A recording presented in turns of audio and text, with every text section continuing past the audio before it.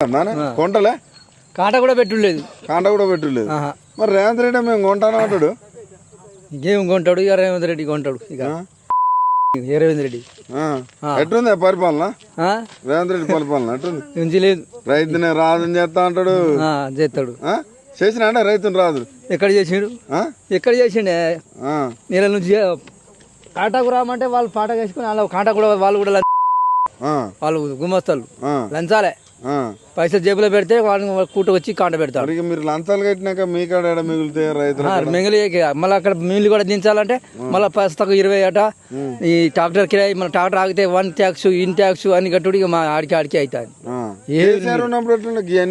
అవి ఎక్కడ ఉండే అని లేవు. మళ్ళీ ఓటు వేస్తారా? లేరు జనం మారుతారు. మొత్తం మళ్ళీ నేను అది చేస్తా ఇది చేస్తా అంటే వేస్తారా? మళ్ళీ ఏమి వేయలేరు. తెలిసింది జనానికి, రైతుకు తెలిసింది. ఈ నెలలో ఇక్కడ ఇట్లా పడే ఇట్లా ఉండేదా? లారీలు లేవు, ఏమి లేవు. వస్తే ఎమ్మడెమ్మడే పోవాలి సరుకు. కేసీఆర్ ఉన్నప్పుడు ఎమ్మడెమ్మడే ఎందుకే మరి రేవంత్ రెడ్డిని గెలిపించారు? మరి గెలిపించి జనం అట్లా పని చేస్తారా అనుకున్నారు. మోసపోయారు. 2 ఏళ్ళలోనే ఇంతనా? రైతు భరోసా వస్తుందా? 7,500 ఎక్కడ వస్తుంది? 6,000 పెట్టిడే 3 సార్లు అట. 3 ఎకరాలు 4 ఎకరాలు 3 సార్లు తేపకు ఎకరానికి ఎకరాన్ని పెడతాడు. అంతకుముందు కేసీఆర్ టంగ